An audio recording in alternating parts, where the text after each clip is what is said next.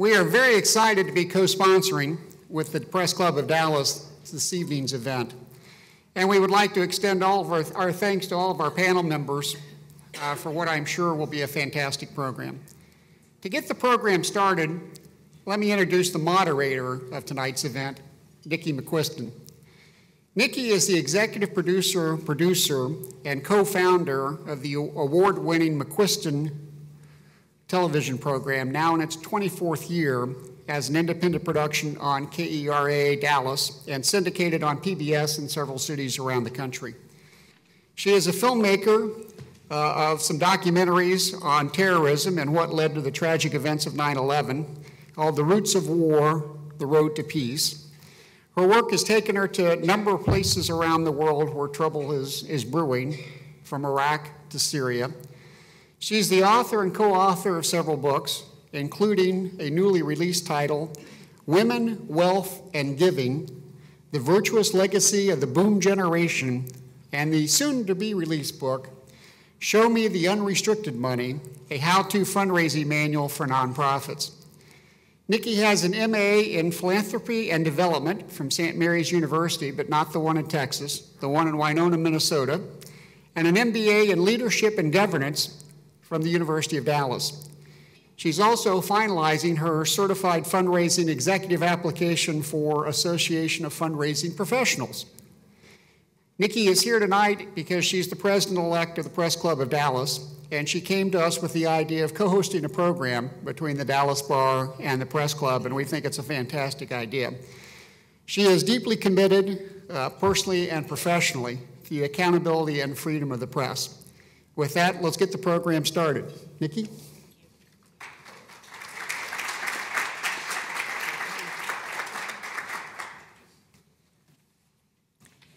Just a couple of quick things. I've gotten a couple of texts, and great excuse.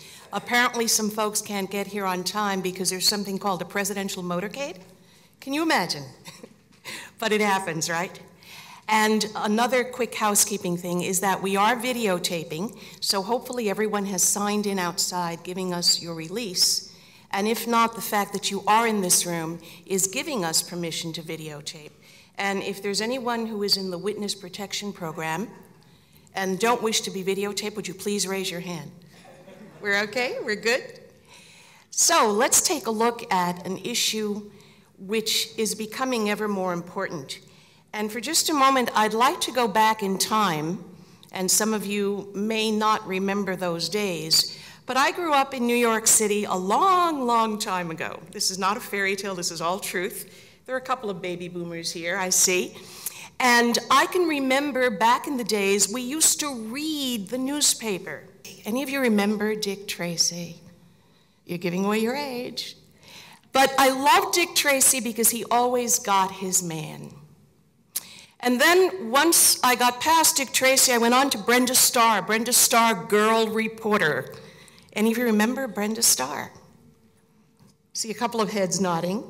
Well, Brenda Starr, if you recall, had these flashing green eyes, was tall, was slender, had this beautiful red hair, and she not only got her man, she also got the news. And it was about accuracy.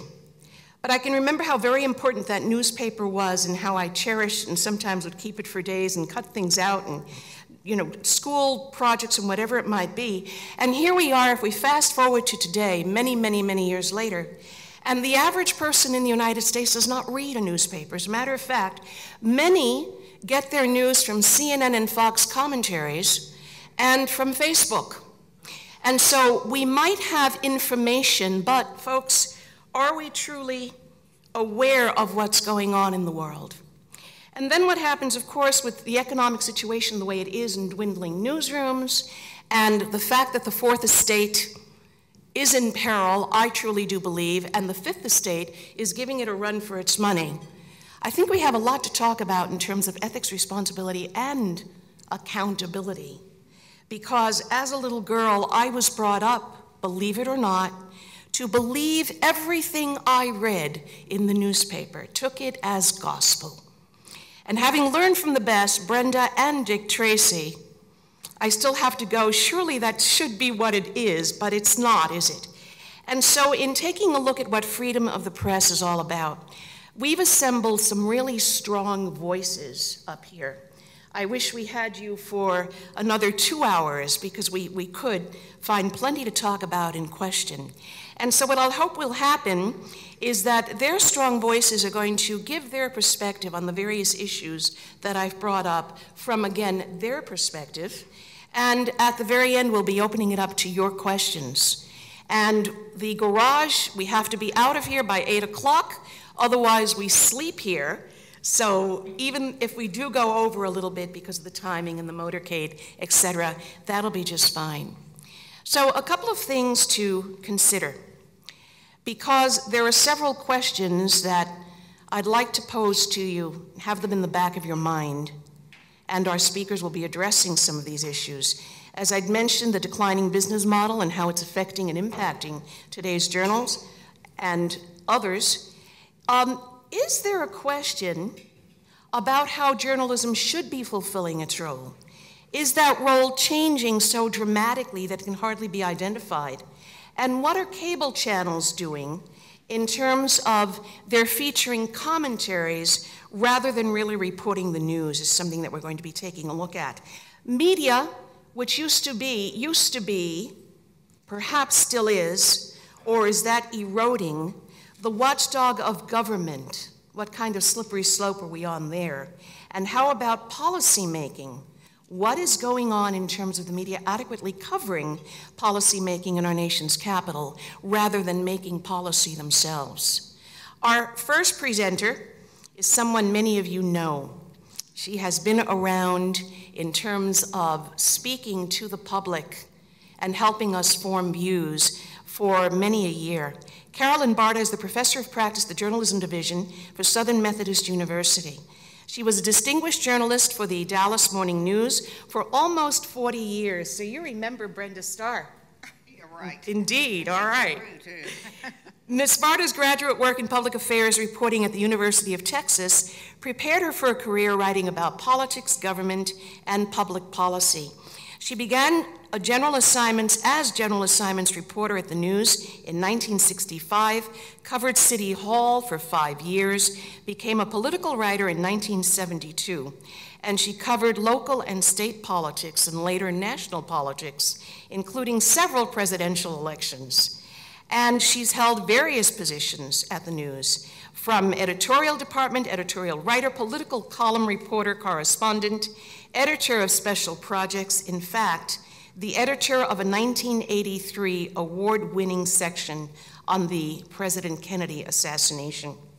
She is the 2011 winner of the Meadows Foundation Distinguished Teaching Professorship, given annually to one faculty member in the Meadows School of the Arts, and a Rotunda Outstanding Professor in 2010. And the list of awards goes on and on because she has earned her stars and stripes, so to speak. And she will be our first presenter, has a master's degree from the University of Texas at Austin and a Bachelor of Arts from Texas Tech University in Lubbock. What I'm going to do is introduce all of the panelists, and then Carolyn will be taking first place in pulling all of this together. Next to Carolyn is Sean P. Williams. And Sean has been the manager of media relations and community affairs for the Dallas Police Department since June of this year. He has a very colorful background that you're going to enjoy hearing about.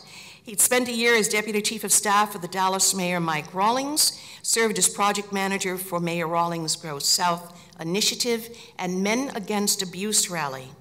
He also launched DallasSouthBlog.com, which is now SeanPWilliams.com, in 2006, and Dallas South News in 2009, which is a nonprofit news organization which utilizes technology, social media, journalistic principles to empower and inform underserved communities. He's a former columnist for the Dallas Morning News and has appeared monthly as a guest commentator on Channel 8's WFAA, Inside Texas Politics. Again, many awards, including in 2010, a Texas Social Media Award from the Austin American Statesman. He's published his first book, Blogging while black in 2011. He joined the Poynter Institute of Media Studies National Advisory Board that same year. And Sean is an Aggie. Welcome. He's also a member of the Fourth and the Fifth Estate. So we're going to have some fun with that one, I hope. All right. Our next presenter to my immediate left is Chip Babcock, former journalist. He worked as a sports writer for the Philadelphia Inquirer and the Miami Herald, and he says that somehow his career ran off the tracks when he quit writing to attend law school, of all things. Go figure. But he also says he recovered. He joined Jackson Walker and started to present journalists and others who sought to exercise their First Amendment rights. He argued a case in the Fifth Circuit that established the constitutional right of journalists to protect their confidential sources. By the way, with the espionage and what's going on with that, that again is a slippery slope that we need to be very aware of and get involved in. He's tried 16 media cases to a verdict, winning 14, but those 2 losses were reversed on appeal. One of those wins came up in Amarillo when Oprah Winfrey was sued by a group of cattle feeders. At the end of the trial, Oprah said, with her arm around Chip, "Free speech not only lives, it rocks." You've had some fun. And our last presenter, Dr. Rita Kirk. Rita is the director of the McGuire Center for Ethics and Public Responsibility, an Altshuler Distinguished Professor, and a Meadows Distinguished Teaching Professor at Southern Methodist University. She teaches courses in ethics, political communication, free speech and First Amendment, history and the philosophy of free speech, and lots of communication research. Again, another very distinguished professor who's earned and been awarded the prestigious M Award, as well as the Rotunda Outstanding Faculty Teaching Award by vote of the SMU student body. She was named in 2010 a Texas Woman Pioneer by the Veteran Feminist of America for work done to advance women in the field of communication. Thank you, Rita. Dr. Kirk holds a bachelor's degree in communication political science, a master's degree in communications, and both are from the University of Arkansas. She received her PhD in communication from the University of Missouri. Numerous books, including Political Empiricism, Communication Strategies in State and Regional Elections, and a book titled Hate Speech, which she's a participant and co-edited, which was awarded the Outstanding Book on the Subject of Human Rights in North America and the James Madison Prize for Work on Free Speech.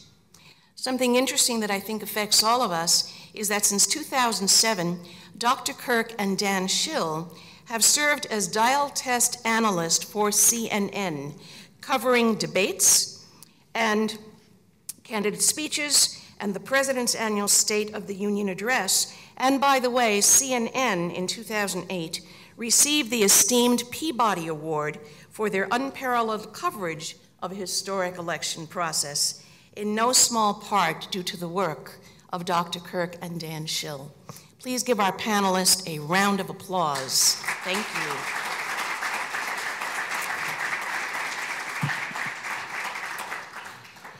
And so, Carolyn, with your rich history, one of the things that I hope that you're going to be covering, and in our conversation, you were very emphatic about this, and that is that news reporting has changed so much, and we seem to be getting away from that into commentary.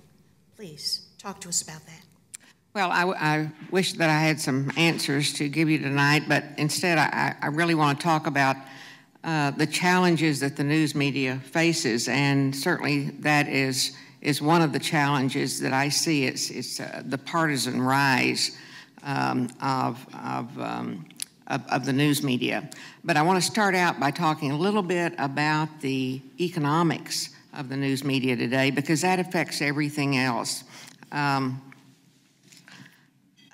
the state of the news media, the future of the news, is basically focused on the business model. We've lost our business model, so advertising is no longer supporting the news media. The Star-Telegram, revenues for the newspaper industry have gone down 40% in 5 years. That makes a tremendous impact on your personnel. The Star-Telegram has had repeated cutbacks. They've eliminated 43% of their personnel in the last 5 years. The Morning News has had cutbacks and layoffs, not as bad as the Star-Telegram. And I'll get back to the Morning News later on. There have been cutbacks in the broadcast media as well, network news as well as local news. So what this means is fewer boots on the ground doing the reporting, and that has implications for all of us, whether we are purveyors of the news or whether we're consumers of the news. So why didn't we know about the problems with the website for the Affordable Care Act? Maybe it was because journalists were so focused on the politics of it, but it could have been because we don't have journalists covering agencies and departments like we used to. We're covering the White House and we're covering Congress, maybe we're covering the Pentagon, but we don't have reporters that are embedded in some of these agencies so that they're reporting day in, day out on what's going on. Plus, the news media is under tremendous stress to do more. It was easy back in my day. I just had to go out and report a story or report a column and then write it on deadline, and I was done. Today, you've got a tweet, you've got a blog, you've got a live blog. If you're a print web reporter, you've got to shoot video, you've got to shoot photos. If you are a broadcast reporter, you've got to turn your package into a text story and put it up on the web. So there are a lot more demands on what we would call our traditional media today. Other impacts of technology. Instantaneous news, 24/7 news, means as news is being transmitted on Twitter, in live blogs, on Reddit, some other news sites, it means more errors. There are going to be more errors because it is just put out there more quickly. And that affects the credibility of all of the media. Citizens journalists or non-professionals are operating in this environment who have no training in journalism and the ethical standards of journalism. They're not governed by meeting the standards of their colleagues. A lot of the news that we're seeing online actually is aggregated news. It's picked up from a traditional mainstream news publication, one of the newspapers or a TV, and then it's aggregated onto a blog. That means they're just summarizing somebody else's work. They're not doing any original reporting. Additionally, we're seeing a whole lot more instant feedback. People want to comment on what you're reporting on. It can be very detrimental. A story goes viral, and today it just does.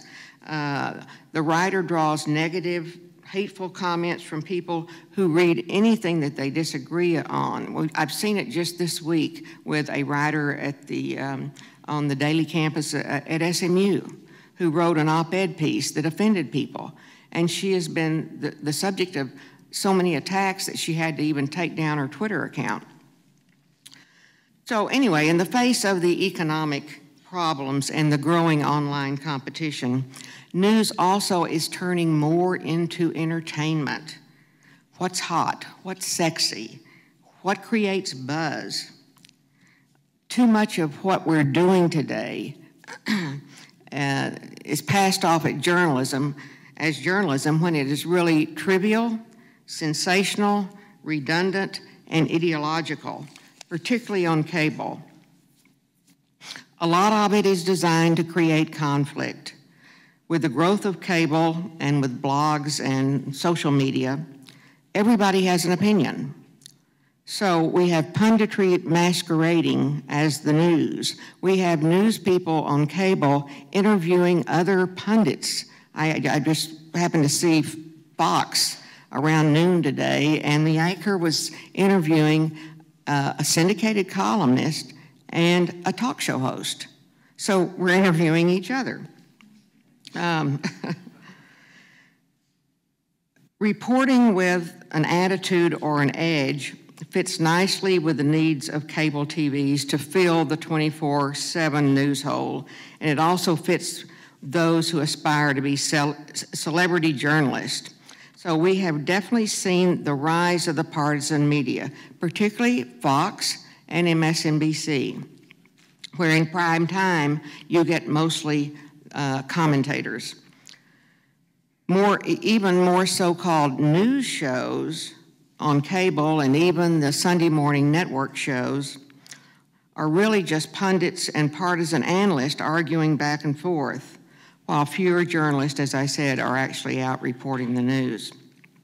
So my question is, when we lose the reporting, where are the pundits, the bloggers, and the aggregators going to get their information? We have to protect the baseline, which is the people who are out there finding the news and reporting on the news. Stretching fact has gotten so blatant, in fact, that there's a fact-checking site called PolitiFact. It's Tampa Bay Times fact-checking site, is now offering Pundit Fact, which means checking political commentators on TV and columnists and bloggers. They've just started, and just this last Sunday, they checked the authenticity, or tried to fact check the authenticity of the various pundits and analysts who were on the 5 morning shows on Sunday morning. So I think it's no accident that trust in the media is on the decline at the same time that the partisan media has gained more influence. The independence and the integrity of the news business has been compromised, and that trust dearly needs to be restored. So this takes us to the growing debate over how journalism should fill its mission. There's actually a debate going on right now. There was a recent publication where Bill Keller, who was a former executive editor of the New York Times, now a columnist for the Times, had a debate with Glenn Greenwald, who is a columnist for The Guardian and was responsible for the publication of Edward Snowden docs. They had a debate over what is the mission today. Greenwald advocates a more activist, partisan kind of journalism. He says it's impossible for reporters to be impartial or objective, so they should just make it clear where they're coming from and then showcase their version of the truth. Bill Keller has a different position, as you might guess. His position is that the need for impartial journalism is greater than it ever has been, largely because we live in an era of affinity-based media, where citizens construct echo chambers of their own beliefs. That basically means they read the news that they agree with. They seek the news that they agree with. People can feel informed without ever encountering information that challenges their prejudices. The headline, by the way, on that debate between Greenwald and Keller was, "Is Glenn Greenwald the future of news?" I hope not, but we're headed in that direction. So I have to mention politics here because of my background in covering politics for so long. I think that the national news media is obsessed with the politics of politics. So instead of getting substance on policy, we're getting coverage and stories on how something impacts politics. Who's losing or winning the fight? How will this affect the next election? Rather than the substance of policy. So think government shutdown, think the Affordable Care Act, and I think you can recall that's the way you see the coverage cast. Who's winning, who's losing, who's it going to impact, who's going to emerge from here as a political leader. So finally, in ticking off the challenges of today's media environment, part of our job as journalists is to hold government and politics accountable, to be the watchdog. It's hard to do that today with what I call so much manipulation of the media, particularly from the White House. We live in an era of the permanent campaign. It's governing by campaigning. And what better illustration do we have than Obama here yesterday talking about the Affordable Care Act and talking about the need for Texas to expand Medicaid to cover more health care insurance for poor people. So he governs by what we call going public. He's taking his message to the public. It's an effort to merge the power of public opinion with the power of persuasion in Washington. Not only do we have a White House that is cast in this permanent campaign mode, but we also have a White House that, and a president who's granting less access than any president since Nixon. He ran on a platform of being transparent, and we have seen very little transparency in this administration. He has targeted exclusive interviews that he sets up with network anchors or whoever he wants to go to, but this is not granting general access. Okay, let me just wrap this up. So I think we're seeing an emphasis on the politics of politics in Washington, not just the White House, but in Congress as well. Technology today provides new and different ways for politicians to reach the public, to target certain voter blocs. This has led to a rapid rise in the number of political consultants, and Rita can jump on this later on. Even as the number of reporters are going down, you're seeing this rapid rise in the number of political consultants who are giving the reporters and the public spin. So the spin, in my opinion, is overtaking the news. Let me just wrap up by going back to the economic situation. We have seen recently people with deep pockets buying some of our newspapers and news outlets. So the founder of Amazon bought the Washington Post. The Red Sox owner has purchased the Boston Globe. A digital company bought Newsweek. A billionaire is now backing Greenwald.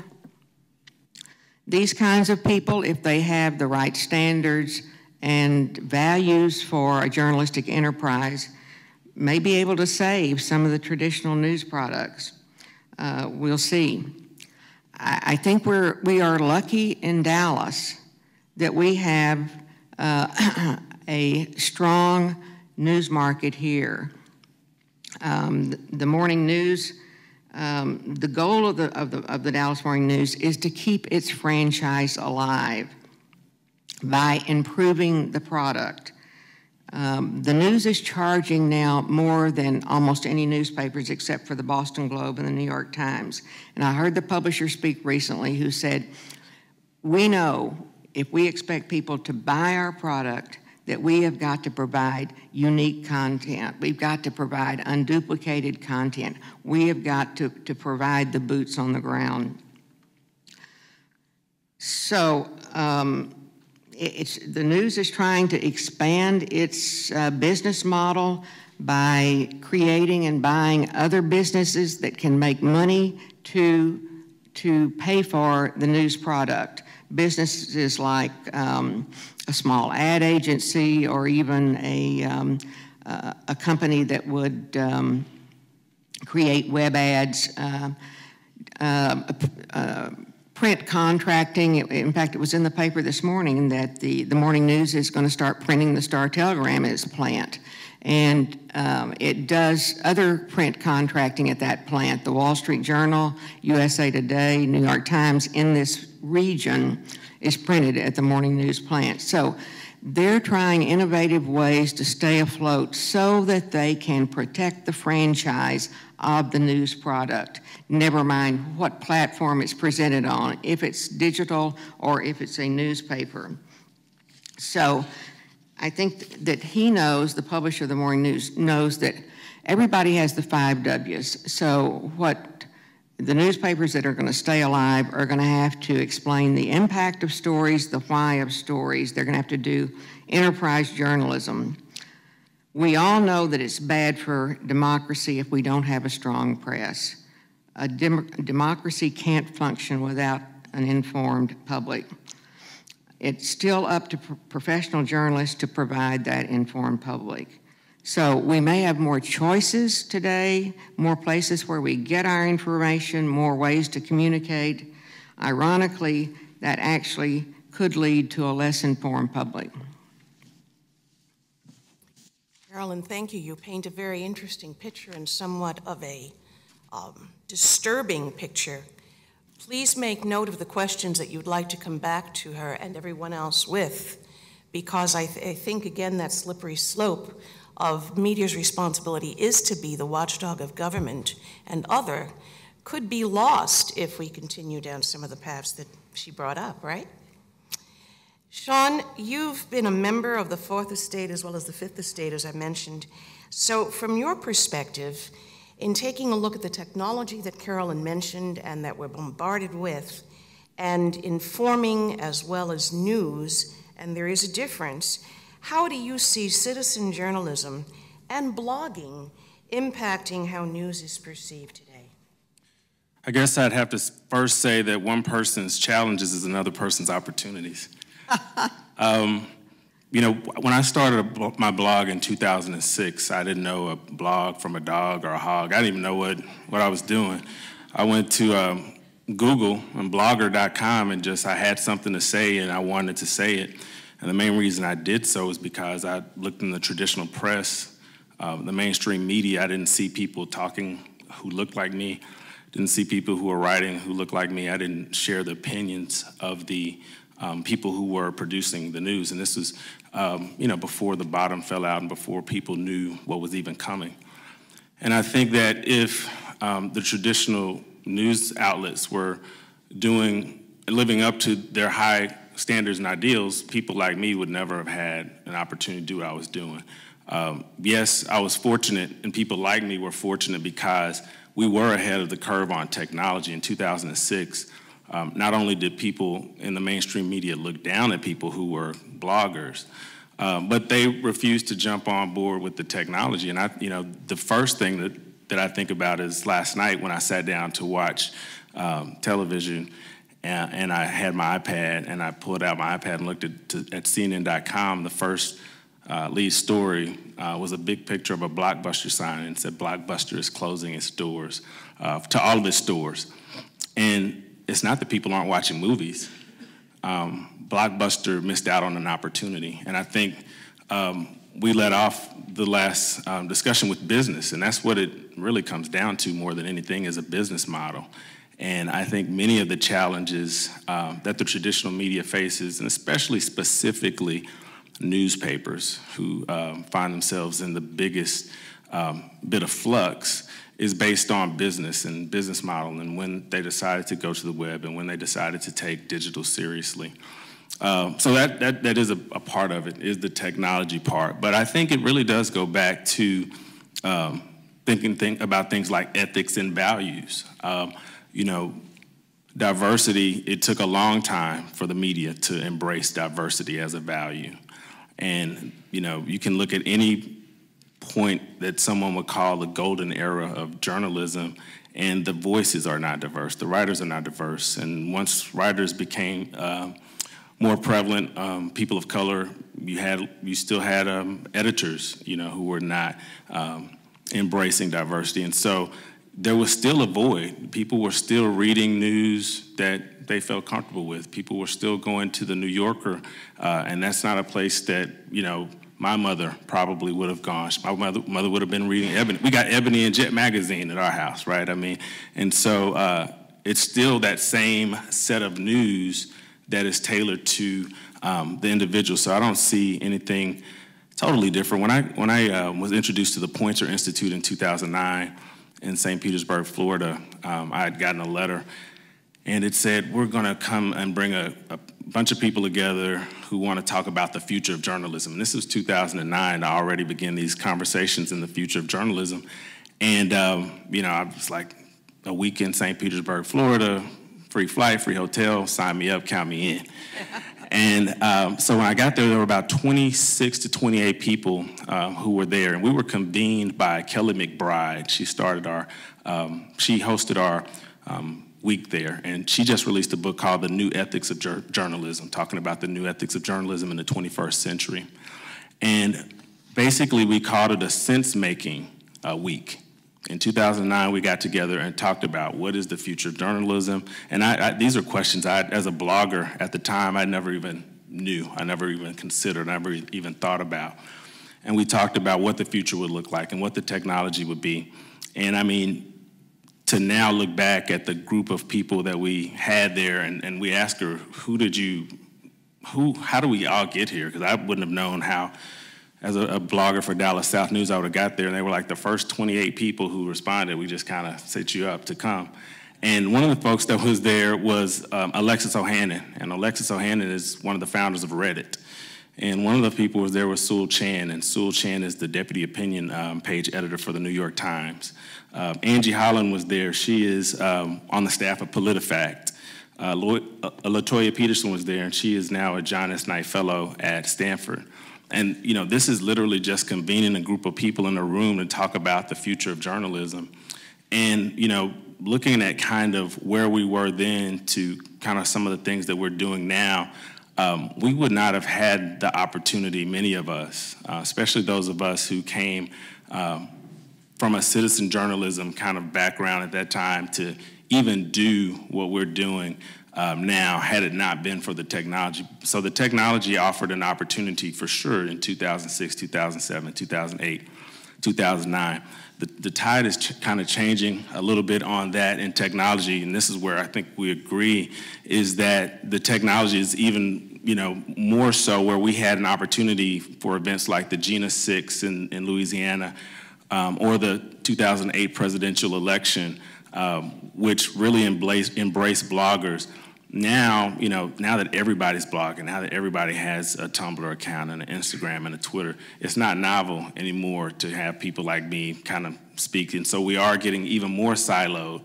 And the algorithms are reinforcing our beliefs and our thoughts. Google and Facebook. Facebook knows the political leanings of my friends. Facebook knows what my friends do for a living. And so when Facebook feeds me so-called what I think some people think is random news in your news feed, it's all for a reason. They're giving you articles and suggestions on things that they think that you'll click on so that they can get advertising dollars. And so it is definitely reinforcing. The technology and the algorithms are definitely reinforcing the things that we believe. And so that is a question, but I think it will come back to, all the discussions come down to business model. And we do have a newspaper here who has tried some innovative things and has not been afraid to throw things on the wall to see what stick.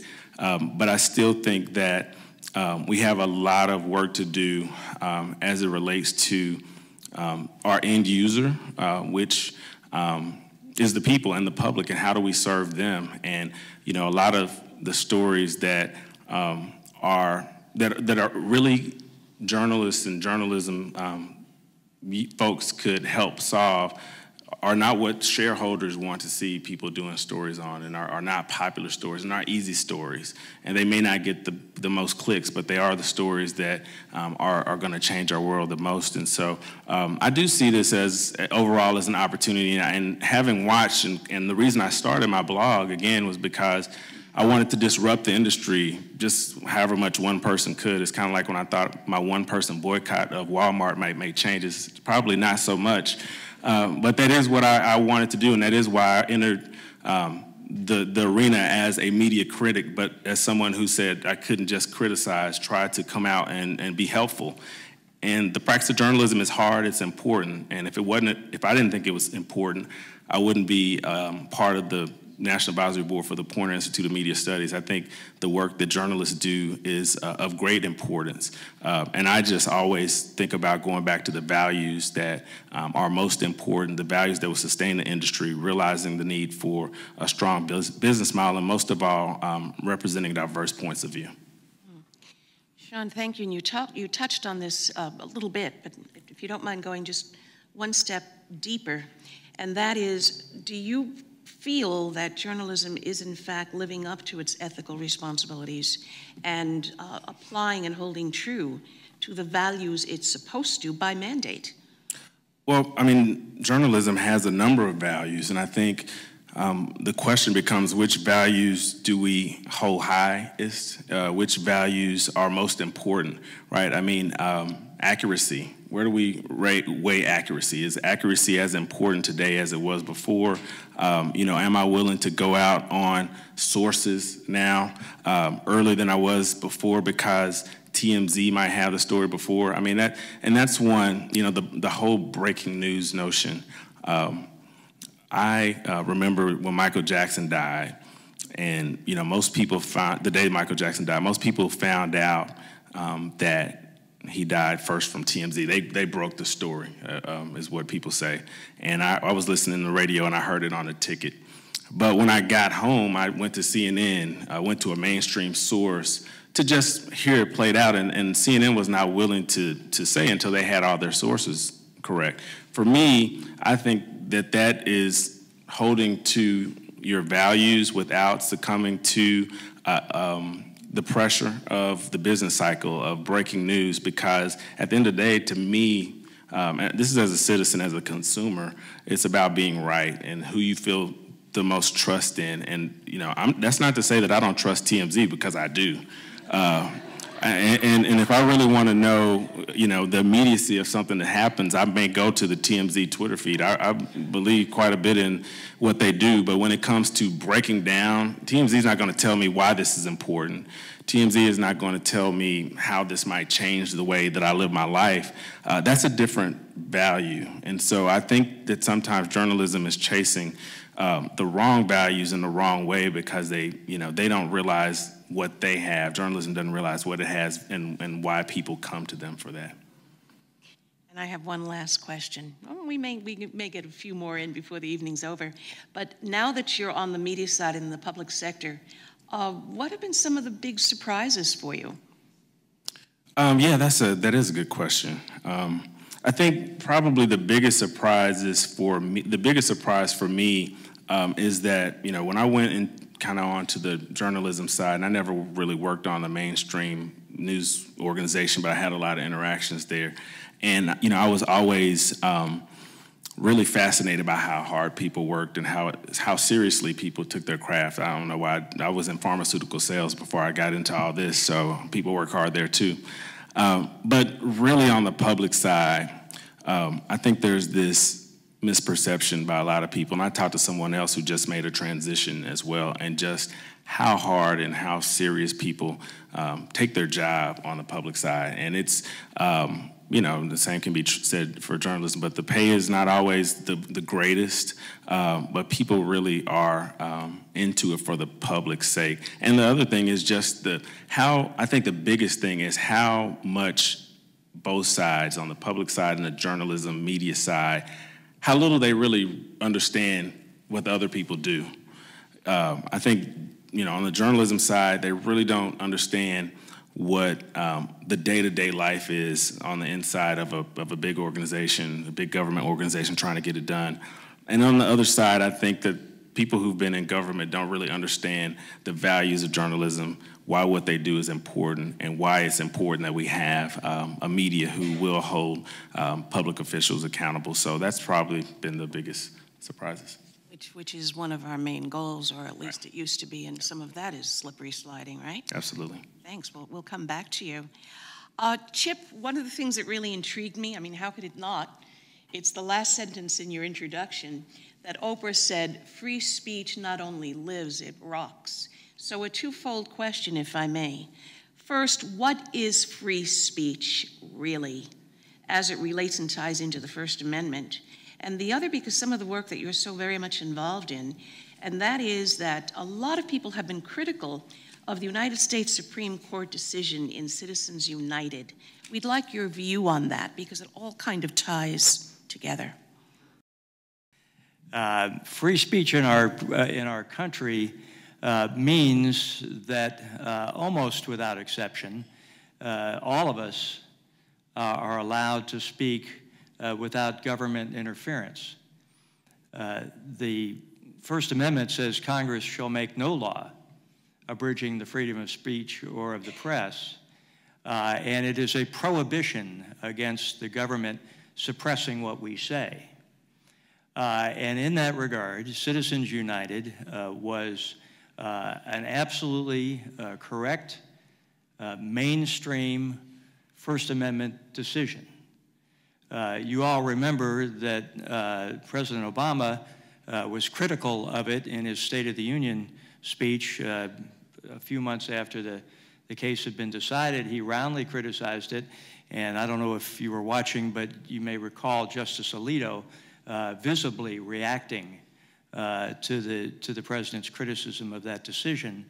And yet, the media that should be advocates championing this decision have more or less been critical of it. The New York Times editorially said the decision was disastrous, it was terrible, it was reckless. And why has there been this reaction? The facts of the case are an absolutely mainstream First Amendment decision. There was a company, Citizens United, $12 million a year budget, that made a movie called Hillary, the Movie. And it was 90 minutes. I've never seen it, but I'm told it's not very well done. But nevertheless, it's a movie entitled to First Amendment protection. And the Citizens United wanted to show this movie within 30 days of an election, that being Hillary Clinton's primary run against, of all people, Barack Obama in 2008. And yet, a federal statute prohibited the showing of that movie because it was made by a corporation and it was advocating the defeat of a candidate. And the statute not only prohibited, in other words, restrained prior to publication this movie, but if Citizens United had violated this law, they were subject to criminal penalties. Now, that is a classic prior restraint. There was a feature of the law that allowed them to go ahead and get pre-clearance, but as the court said, that really didn't take it out of the realm of prior restraints. And the suggestion that this is even a close call under First Amendment jurisprudence, to me, was odd indeed, and yet the decision was 5-4, and they had to expressly overrule a prior decision of the United States Supreme Court that said that corporations did not have the same free speech rights as individuals. And some people who have criticized Citizens United have tried to latch on to that thought to say that corporations really shouldn't have free speech rights. That is absurd. If you look at the jurisprudence of the First Amendment in the United States Supreme Court over 100 years. You'll see cases like New York Times Company versus Sullivan, Robert Welch Inc.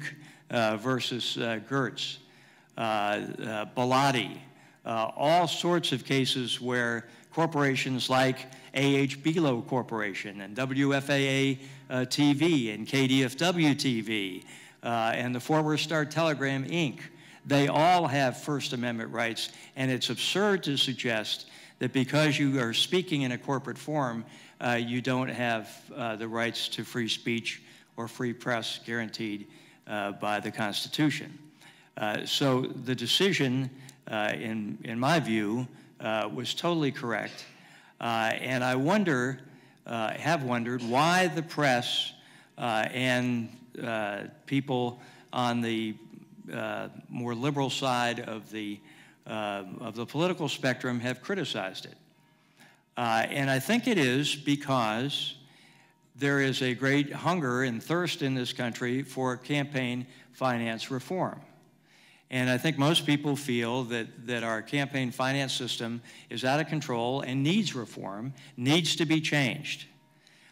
You can accept that premise, but if you do so at the cost of First Amendment rights, that is trampling on people's right to speak freely, particularly about an election, political speech, which is at the highest level of free speech in our country. It seems you are doing a disservice to our long tradition of First Amendment freedoms. So I do not stand with my friends in the media who criticize that decision, nor do I stand with people that I more often than not agree with on the liberal side of the political spectrum, who believe that the end of campaign finance reform is justified to suppress free speech. One other footnote to this, another terribly dangerous, in my judgment, argument for the First Amendment was expressed by Justice Breyer in a recent argument in another campaign finance case called McCutcheon versus the Federal Election Commission. In that's a case that involves aggregate limits. In other words, a contributor is only permitted per election cycle to, in the aggregate, contribute, I don't know, $123,000 or something. And McCutcheon, a wealthy businessman from Alabama, wants to contribute more. He's willing to stand by the limit per candidate, what's called the base limit, but he says, I can contribute the base limit to 12 candidates, but I want to contribute to 18 candidates. And so he's challenging that provision of the election law, the federal election law. Justice Breyer at the argument said, isn't it a First Amendment positive that the law suppresses the speech of wealthy people like McCutcheon who want to spend more on our electoral process, because that will make poorer people who don't have as much money to spend feel better about themselves. Their voice will be better heard if not drowned out by all these rich people contributing all that money. It is a shocking thought under the First Amendment, because the First Amendment is a prohibition on government action. Congress shall make no law. It is not a mandate to level the playing field so that everybody's voice is equal. And think about the practicalities of that. How could Congress level the playing field so that all of our voices are in equal modulation and equal force? It is undoable and certainly unconstitutional under all of the jurisprudence of the First Amendment. We'll come back to it and take a vote, maybe. Let's see. Well, one of your peers on this panel is an expert in the First Amendment and free speech, And Rita, you're the director of the McGuire Institute, the Ethics Center, excuse me, at SMU. So obviously and clearly you advocate for ethical standards, think they should be taught, and yet you question whether it's the role of the press to apply ethical standards to news events. That had me very curious. So can you please help us draw that distinction and explain why it's important and why you feel that way? It is. I certainly think that the media should make an effort, every journalist, every person in the public trust should make an effort to be honest and accurate in their reporting. So it's not that I'm encouraging people to lie or to fabricate, but journalists traditionally cover news as it happens. So if you've ever been to Washington, D.C., and you go into the Museum of News that's called the Newseum, they have a whole section there about the coverage of 9/11. So you were watching it as the event unfolds when there's chaos on the streets and nobody's really sure which way to turn. It is the living recording of that moment. But that's not the time when you are in that moment to start making standards of who's right, who's wrong. We remember when the bombings took place in Oklahoma City, there was suddenly this Muslim roundup, right? It had to be another Muslim attack, and it was ridiculous. It turned out, of course, to be, an Anglo guy from the Midwest. But when we start making those ethical judgments in the moment that we're covering something, I think we make tragic decisions sometimes about what happens to people. So one of the things is I don't think that journalists' proper role is to be the arbiter of the truth. I think the proper role, rather, is to say, here is the wide range of stories and perspectives, and that it's up to us as citizens to figure out which one has the most fidelity. And some of that, as George Bush talks about at his new library opening, we won't really know where the weight of history falls until probably long after most of us are dead, when we sort through whether a decision was right or wrong. All we know is what they hoped would be accomplished at any particular moment in time. One of the other things that you mentioned you have very strong feelings about, and I know that I'm certainly curious about this one, is in your research, which is very extensive on this, you've discussed the distinctions between news talk and reporting, and we've all alluded to this. How are those distinct ideas, and what does that distinction tell us about how we as press function? And why is it important? Well, the news talk phenomenon really started with Fox News. You may recall that they were the first ones to really make a cottage industry out of news talk. And to Carolyn's point, it was an economic model. You didn't have to have a lot of reporters. Instead, what I get is some pretty smart people with pretty well-informed opinions of the world, but they take anything that comes off the press and we talk about it, and we talk about it, and then we talk about it. It doesn't require any journalistic excellence, and there's certainly nothing original. And in fact, the biggest problem with that style of news brand is that sometimes the very thing you're talking about turns out to be wrong. Media accuracy studies of news talk radio and news talk television generally finds news talk has the highest rate of error of any type of reporting. So I think it's one of those things we have to be really careful about. It's not that the individuals who are talking about it are necessarily wrong, but what they're talking about, the mere factual substance, is wrong. Now, a number of you in this room are lawyers, and I don't think I need to convince you how easy it is for somebody to take an isolated piece of information from a case and extrapolate that as being the deciding factor upon which a case should be won or lost. You are very aware of how fast information can get out of the gate and how quickly it can be wrong. So I think it's one of those issues when we start talking about news talk. So Fox really perfected the notion of talk radio. It became a great economic model for making money, and it attracts a lot of viewers. CNN, who, as just a matter of disclosure, I work for, went down the road of trying to emulate Fox, and it tried to be Fox Light. Well, they didn't do a very good job of that because it's not what they do. They have now gotten new leadership And they are returning back to the model that they had previously, which is putting more boots on ground and trying to get into being being the people that you want to go to on a breaking story. It's called the CNN effect. As a matter of fact, that we go to lots of other sources for news and news entertainment. But if there's a breaking story, by and large, people will go to CNN to see what's actually happening. And it's amazing how often we keep saying on the news that this is breaking news, and I'd like to come back to that, but I'm sure that there are folks out here who have burning questions, do you not? Now, surely they didn't answer everything in the world for you. So what I'm going to do is come on over to you so we can get this on camera. Okay. I just, whoa. Curious, you said the role of journalism is to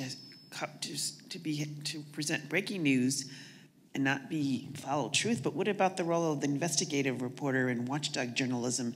I mean, if that goes away, and I remember when Jim Maroney spoke to us recently, he said, when he spoke at a panel, one of the reporters there said, if you take away all these reporters who are covering the agencies, it's a field day for politicians, and what about the role of journalism to do that?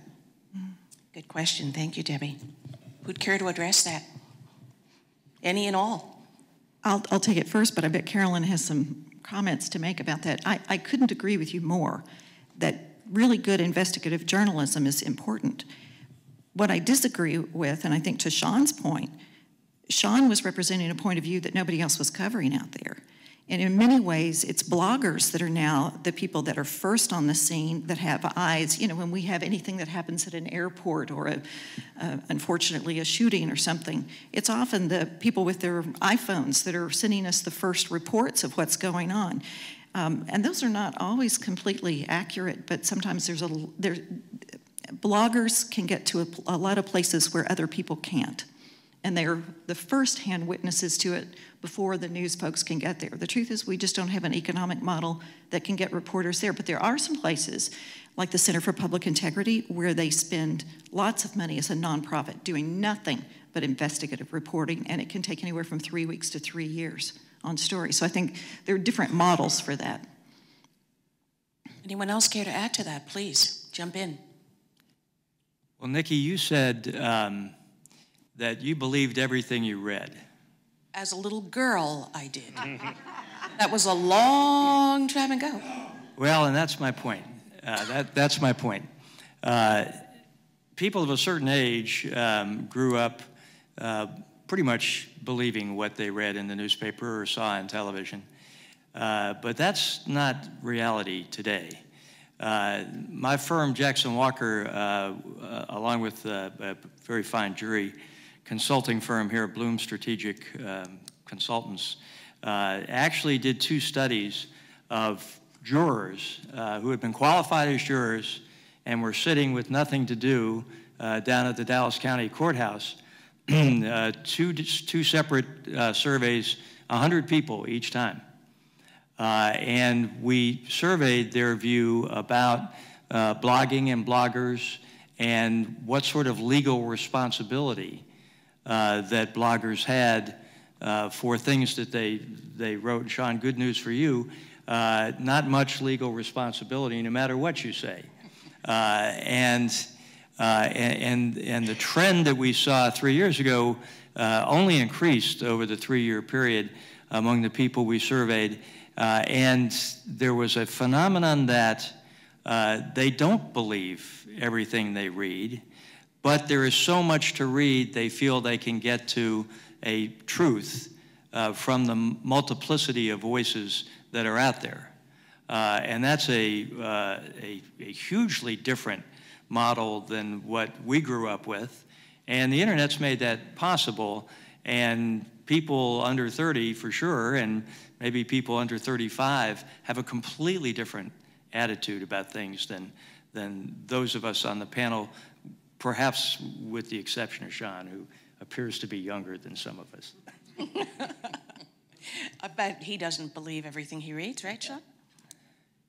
You know, the crowd, if we talk about crowdsourcing, I mean, the crowd can be really, really smart, and sometimes they're not that smart. But I mean, I think that we tend to we don't give enough credit to the audience.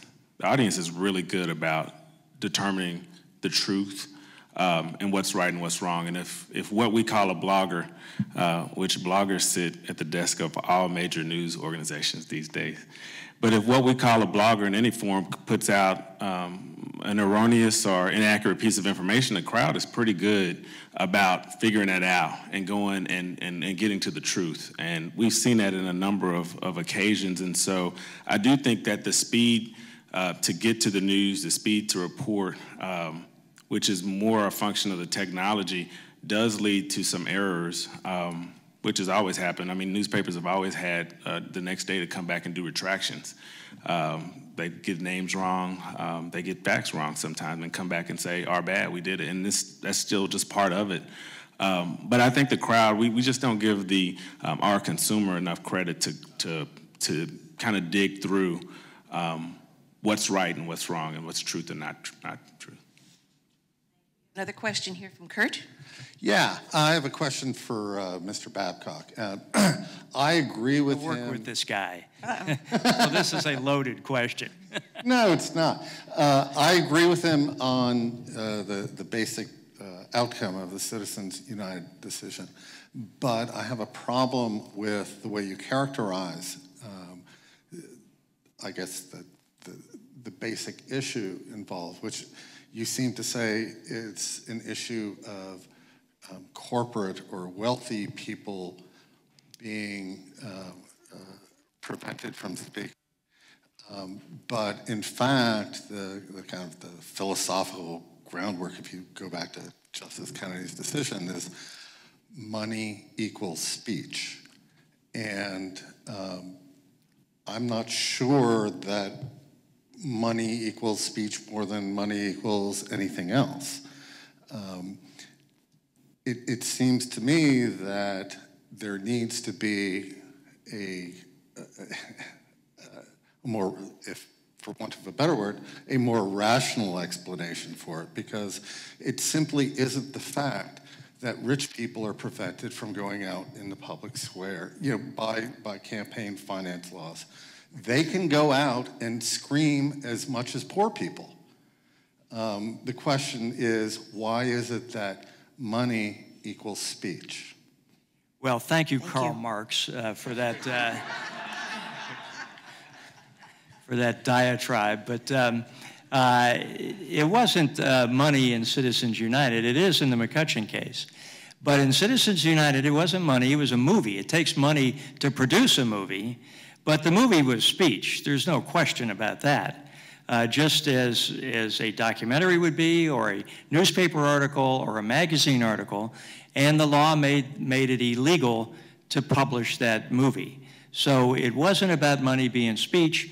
It was about a law prohibiting the distribution of a movie within 30 days of an election when the movie contained political speech saying that Hillary Clinton shouldn't be president. So there. Dave, lighten it up for us. Well, I don't know if this is going to lighten anything up, but first of all, thank you for this presentations. This is kind of a philosophical question, and I hope I can make this as succinct as possible. It seems like the reason we're here tonight is to talk about values in journalism, ethical responsibilities. And just as a point of disclosure, I work in Catholic radio. And in Catholic radio, the hosts in Catholic radio, we basically say that we're not giving opinions because we think there's an objective truth that transcends, our opinions. And so we basically are just following the teachings of a transcendent truth that we believe. Ms. Barta started off talking about the echo chamber of people's own belief, the partisan divide, and this and that. Dr. King mentioned that journalists are not to be the arbiters of truth. Mr. Williams just mentioned that in many times audiences determine the truth. The right and the wrong can be determined by the audience. So I guess my question is if we are trying to find some kind of standard of journalism, some kind of ethical responsibility, some kind of value, does that not require some kind of baseline? It seems like nowadays there are fewer and fewer things that we agree on when it comes to abortion or marriage, Miley Cyrus's dance. I mean, like, you get all these opinions. There's no objective truth.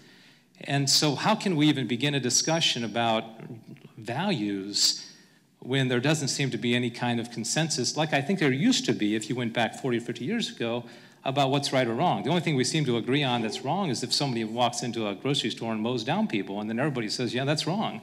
But when it comes to marriage issues, abortion, even infidelity in politicians, things like that, it's kind of a grab bag. So I hope that makes sense. What would y'all say about that?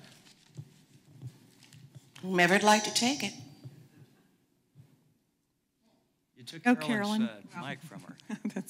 I think the values you're raising have to do with ideological values that people might have.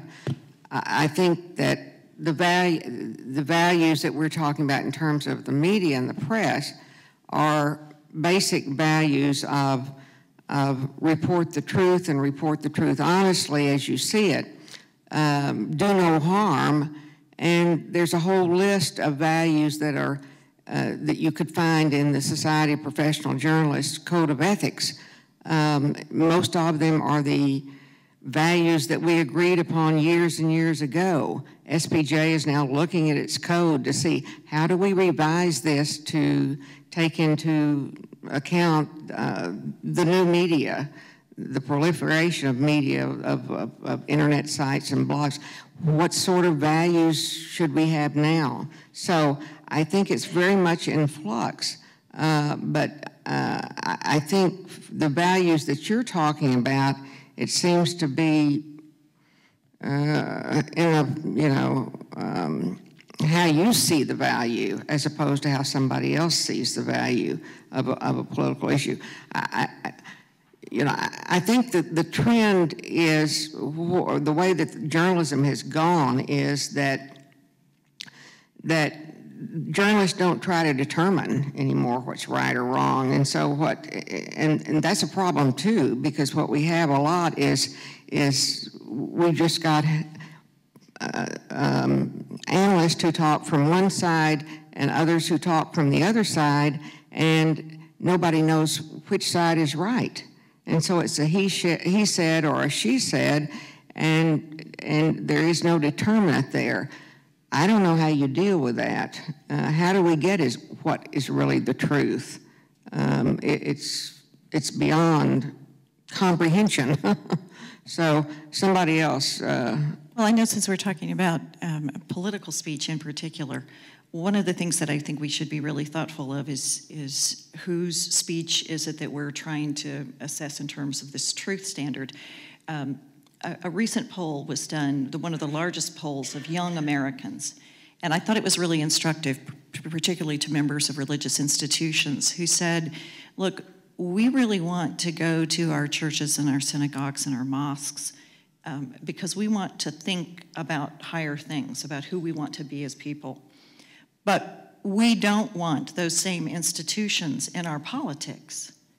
And I think, and I'm not a Catholic, but I love this Pope, because I think that's the message that he's been saying over and over again. We've got some fundamental things to do here, and we get fixated on issues that distract us from how we come together, how we build a better world and society. And yes, those other value issues are important, and we should address them one-on-one, in our circles, our groups of friends, and our families. But I think we make a mistake if we say that there is a truth and it's there universally for everybody, and those that don't accept it are problematic to us. I seem to recall, and this is going way back in history, that journalism had a reputation for not being as truthful, honest, and ethical. And there was a tremendous amount of bias in the media. Now, journalists, like attorneys, we're people. And yes, there may be a certain set of ethical standards and values that we have. However, is it not healthy nowadays with the proliferation of so much media in so many different ways? And Sean, I think you mentioned this, I could be wrong, in that there is so much that what we can do if we're discerning and read enough. I mean, I have like 16 or 17 news apps, newspapers from all over the world and YouTubes and everything else on my iPhone. So if I take the time and I'm careful, and hopefully I can find some kind of balance, Yes? Yeah, I think you raise a couple really interesting points. Number one, if you really go back to the history of journalism, especially in this country, when Ben Franklin was printing out paper, the Poor Man's Almanac and all this stuff, I mean, the newspapers were trying to get candidates elected. I mean, that was the newspapers. That was kind of what they did. I mean, and they were, none of them hardly ever had an ounce of truth in them. I mean, if you go back to where journalism started, and so it got better and better and better, and more about truth. And so it's kind of been an evolution. But if we can't fool ourselves and think that journalism was ever this, this perfect ideal. And I guess that's kind of one thing that kind of frustrates me. One of the things that, especially having done so much work with SMU's journalism department, one of the things I've been encouraged by is that students today, whether they're journalists or not, the sources that they use for news are much more diverse than things that we ever used. I mean, many of us, if you ask us what went on, we had one or two, maybe three sources that we could go to. But today, students in colleges, they are on BBC, they're on New York Times, they're on The Root, they're on Griot. I mean, they have a number of sources, and so again, these are things that I think are positive, even though I do think that we do get caught up in these echo chambers. For many people like me, the first place you go, is Google or Twitter. When I, first got the information about the shooting at LAX, the first thing that I do is go to Twitter, and I look and see what the trending topic is associated with it. I knew it was LAX. And I click on that. Of course, so much of that is it's basically an aggregation of the stories that the LA Times is doing and other news sources in the area. But this technology does allow us a place to get these different sources. And so I do think that has been another advantage, is the number of sources that have been brought to the table. Thank you, Sean. We have a question from Emily. Yes, I started as a print journalist back in the mid-1980s. With Gannett. They were wonderful. I'm a double minority, so they were always very encouraging. Like a lot of journalists, I got an MBA and I went into the business sector.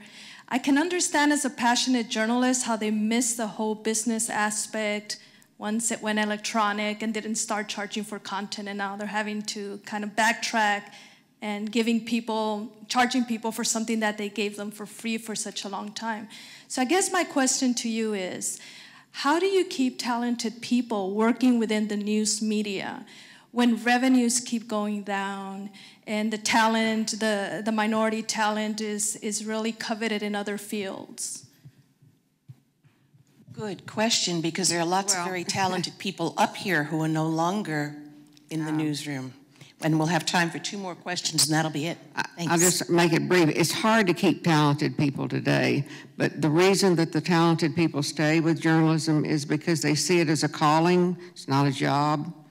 They're called to it, they're passionate about it, and so they do it. But I will tell you that we're seeing fewer young people want to go into the field, and particularly males. Our classes at SMU are almost entirely female. Males don't want to go into it, at least not at our school. But I think that's generally speaking, they're going to business school. They're going where they can make some money. So. Anyone else care to address that? All right, question from Christine. Hi, I can't really see any of you, but I'm a former student of Carolyn Barta. I am wondering what you guys tell students these days. You guys are talking about all the problems with journalism, everything we need to fix. So, I mean, what is the point? What do you tell your students? What is the point of journalism, and how do you motivate them to go into the industry? Thank you. Let me take the first part of that, because I watch Carolyn Barta with her classes. I'm privileged to take a group of students to Washington, D.C. every year, and Carolyn and I have gone up there a number of years together. So I get a great opportunity to observe what she says and does. But I think there's some really interesting facts at the bottom of that. People go into journalism in part because they really want to make a difference. And they want to make a difference because they're curious. When things don't add up, when Citizens United is going up again with the Hillary movie. They're asking the questions that nobody else seems to want to answer. And as soon as the good question is asked, the rest of us are like, well, yeah, I didn't thought about that. I want to know that too. So they're asking, the right questions, and they're curious. But I think the other part is because they want information and because that's so important, they learn how to aggregate ideas and from disparate areas of their lives and put it together in a story form that makes sense to us. Because we're all storytelling human beings. That's how we learn at our mother's knee, is that we learn the lessons of life through storytelling. Good journalists are good storytellers, and they tell us who are the players involved and what are the issues and what drives these people at great sacrifice often to themselves. They tell us the courtroom drama. So they want to be the storytellers. A part of it is they're historians. They want to record for all time what it's like. And some of our great movies that we've had recently have been terrific at giving us an insight into what the time is like. But journalists write that daily story. So if you really want to know what it felt like in the Great Fire, go to the newspapers. You're going to get better reports of a sense of what it's like. And I think there's that great vision that a number of journalists have for that. My daughter is a news producer for KTRK, which is the ABC-owned and operated station in Houston, and she's been there 6 or 7 years, I think, right out of college, and she finds the job exhilarating because she gets paid to basically read what's going on in the world and then distill that down into news stories that are read over television. Now, it's frustrating to her that she's got to write in short sentences that can be comprehended by 8th graders, but notwithstanding that, it's a great job for her, and she finds intellectually stimulating. And I think, to follow up with what Carolyn said, there are many people where the news and journalism is just in their DNA. They're born into it, and hopefully we're always going to have people like that in this country. I don't see any sign of it abating right now. Well, I would just say very quickly about that. I've always looked at it as being in the graduate school of life. You're just learning something new every day. It's an opportunity for some people to have their work be what they love, what they enjoy doing. So you're a sports writer, you're covering sports. They're involved with sports every day. That's what they want to be doing. And beyond that, it's just fun. I have to jump in really quickly. One of the members from my office at DPD, Mr. Tom Kuhn, is here, and he brought his daughter, who just graduated with a journalism degree from University of Texas, right? And she's done some great internships, and she's going to go out and work, the way up the journalists do. But, for me, in the office that I'm in now, I would love to hire someone with the skills that she has in my office. And I think one of the things that's just a fact is that the skills that journalism students are learning today are valued in many industries. And there are many companies, and these comments are not related to how that fits in with the ethics of what's being taught and how that fits in with journalists going to work for big businesses. But I mean, backpack journalism, folks who can write a good story and then also go out and shoot the video, go edit that video on Final Cut Pro and post it to YouTube. There are companies throughout this country who are looking for those skills. And so, that's just another side of it. Even though the newspaper jobs and media jobs may be dwindling, the skills that are being taught in journalism classes are valued throughout the industry. Thank you. And with us is Jimmy Lovell, who is a very distinguished journalist, now retired, and a Press Club of Dallas living legend. Question, Jimmy? The only question I have is how soon we get out.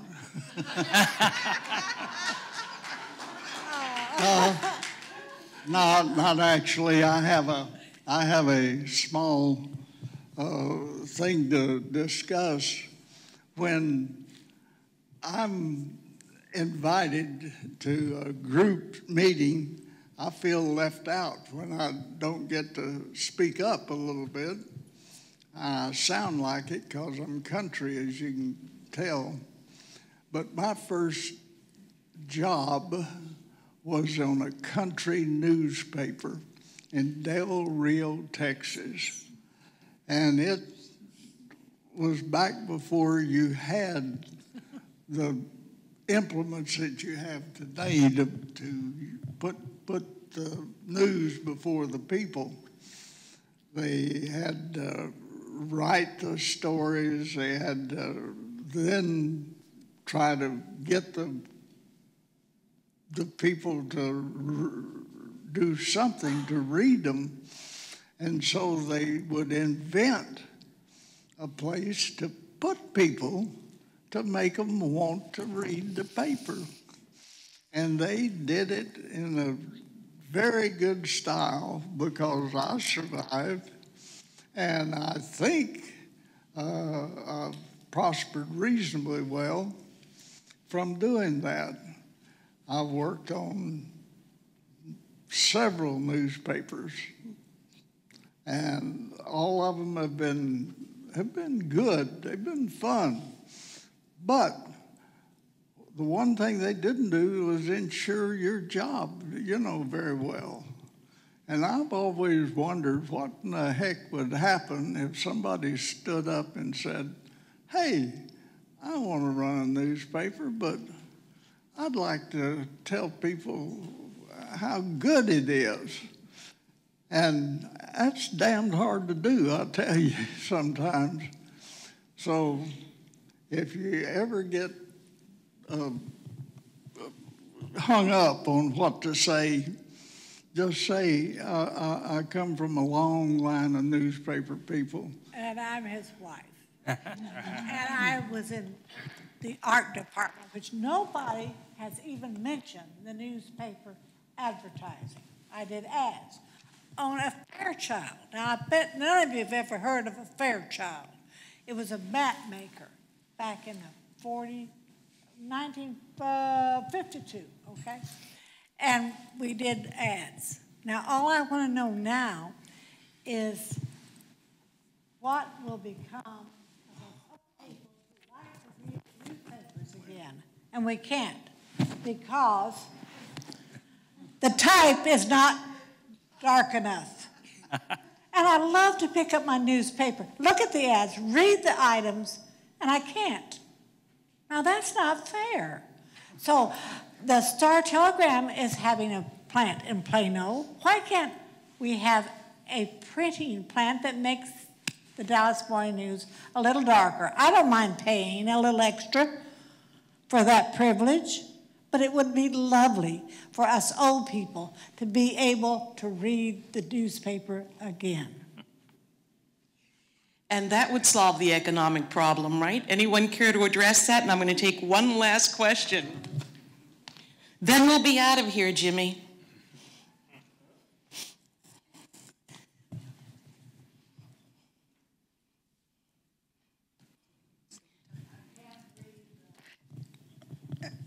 Okay, hi. My question has to do with those of you on the panel. You've talked a lot about the future of journalism and journalism students. And as I look at the curricula at different colleges and universities, I'm often surprised by what they're teaching the future journalists. So I'd like to hear from each of you, what would be your top 3 or 4 things that you think colleges and universities should be teaching future journalists, and not just from the people who are from SMU, but also those in business and other industries. What do you think the future journalist needs to know? Writing, free speech and First Amendment research. Yeah, I agree about writing, but I don't think much else matters. I didn't go to a school where there was any journalism courses at all, and never took a journalism course before working for a newspaper, but I think a school that has a liberal arts education, and you take whatever you take and hopefully have a good mind and a fine mind and go into the business. I think video skills are important. I think business. I think there needs to be more business integrated into it. I don't necessarily know that there'll be as many entrepreneurial journalists. I mean, and not just because I wasn't great at it isn't the only reason I'm saying that, but I think business is good, and writing is always going to be important, and I think everybody's doing that now. But I don't think right now you could undervalue the being able to edit video. So ethics, the first course that our students take is an ethics course in convergence journalism. Beyond that, written and oral communication and digital journalism, how to use, how to put it all up on the web. Thank you. We promised you some strong voices. I think you got that, didn't you? Please, a round of applause for them. Thank you.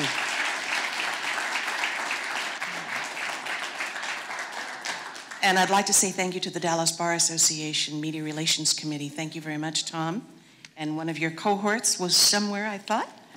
Also want to remind you that the Press Club of Dallas is having a remembrance of JFK with about 15, 17 of the journalists still alive reporting what happened, and go onto the Press Club of Dallas website and you're invited to come. We are going to put this video that we taped this evening on the Press Club site, so you'll have the link and you can share it and of course tweet and blog and do it all. Thanks for being here. Hopefully you enjoyed this and you'd like to see more of them. Appreciate you.